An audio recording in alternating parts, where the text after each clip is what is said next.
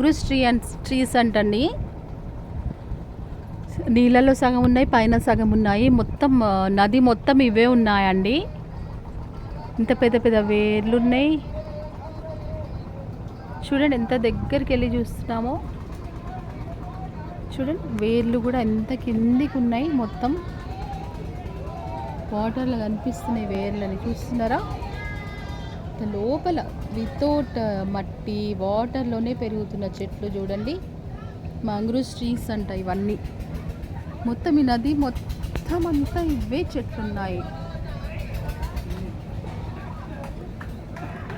Flowers కూడా అయినాయి. దీనికి 5-6 రెక్కల ఫ్లవర్స్ ఉన్నాయి.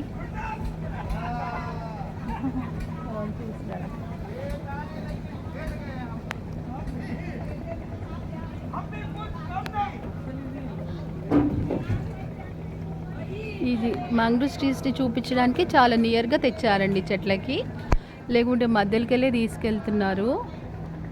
ఇక్కడ కూడా ఎవరో డ్రింక్ చేసి బాటిల్ పడేసిందండి మహానుభావులు. చూడండి బాటిల్ కనిపిస్తుంది. Great creatures. జూమ్ చేసిన చూడండి. ఇవేం ట్రీస్ అనేది, మంగ్రూస్ అంటే ఏంటి, ఎలాంటి ప్లాంట్స్ అనేది గూగుల్ చేయాలి. గూగుల్ చేసి చూస్తాను అసలు ఎందుకు పనికి వస్తాయి చెట్లు, దేనికి యూజ్ చేస్తారు.